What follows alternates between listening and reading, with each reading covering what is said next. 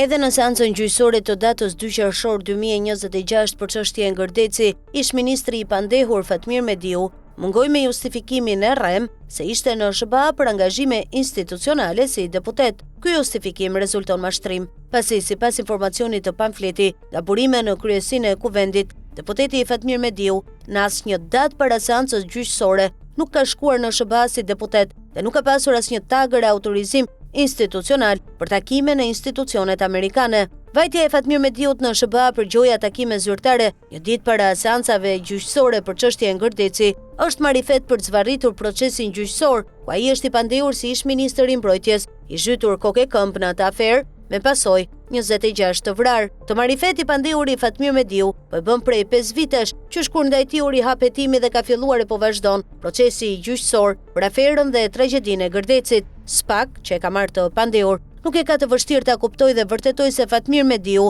bën qëllimisht udhëtime në SBA ditët kur janë seancat gjyqësore për zvarritur procesin gjyqësor, madje e publikon fotografi me kongresmen amerikan në resorte si intimidim ndaj drejtësisë që ta nxjerrë të pafajshëm për mos paraqitjen e qëllimshme në gjykat, duke mashtruar me gjoja vizita zyrtare në SBA. Duhet të vijë në lëvizje SPAK dhe gjykata e posaçme që ta detyrojnë të pandehurin Fatmir Mediu të paraqitet në seanca. Këtë detyrim e përcakton kodi i procedurës penale që thotë, kur i pandehuri i shmanget gjykimit qëllimisht, ai shoqërohet forcërisht me polici dhe nëse shmangjen e ka praktik të përsëritur, izolohet me një nga llojet e masave të arrestit ose i ndalohet dalja nga Shqipëria derisa të përfundojë gjykimi, përveç rasteve kur të jetë pjesë e delegacioneve të kryesisë së kuvendit dhe justifikohet mos paraqitja në seancë gjyqësore. Së dyti, SPAK ka detyrim të fillojë ndaj Fatmir Mediut edhe hetimin financiar lidhur me burimin e shpenzimeve për udhëtimet e shpeshta dhe qëndrimet e gjata kohore në SBA, sepse në rubrikën e kuvendit Transparenca, deklarimet të detyrueshme nga deputetët për udhëtimet jashtë Shqipërisë, Fatmir Mediu nuk ka deklaruar asnjë udhëtim,